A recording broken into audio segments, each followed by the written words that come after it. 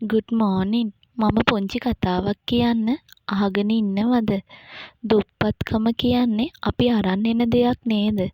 හැබැයි පෝසත්කම කියන්නේ අපි හදාගන්න ඕන දෙයක් නේද?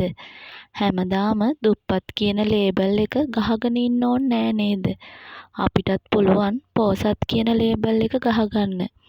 අනිත් අය අපිට නෑ කියලා කියන දේවල් අපි ළඟ තියෙනවා කියලා පෙන්නන්න ඕන. යාළුවනේ, අපේ පවුලට ගොඩක් දෙනෙක් කිව්වා ගෙයක්වත් නැති හිඟන්නෝ කියලා.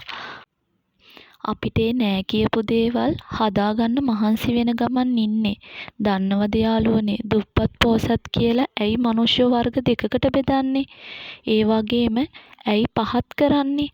හැබැයි අපිට තියෙන දවසකට කවදාවත් එහෙම කරන්න හොඳ නැහැ.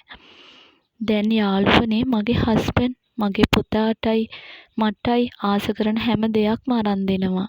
එයා අපිව සතුටෙන් තියනවා.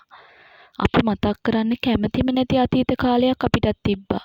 දැන් නම් හරියම සතුටෙන් ඉන්නේ. මම දෙවියන්ගෙන් ඉල්ලන්නේත් දුප්පත් හැම මිනිස්සෙක්ම පෝසත් කරන්න කියලා.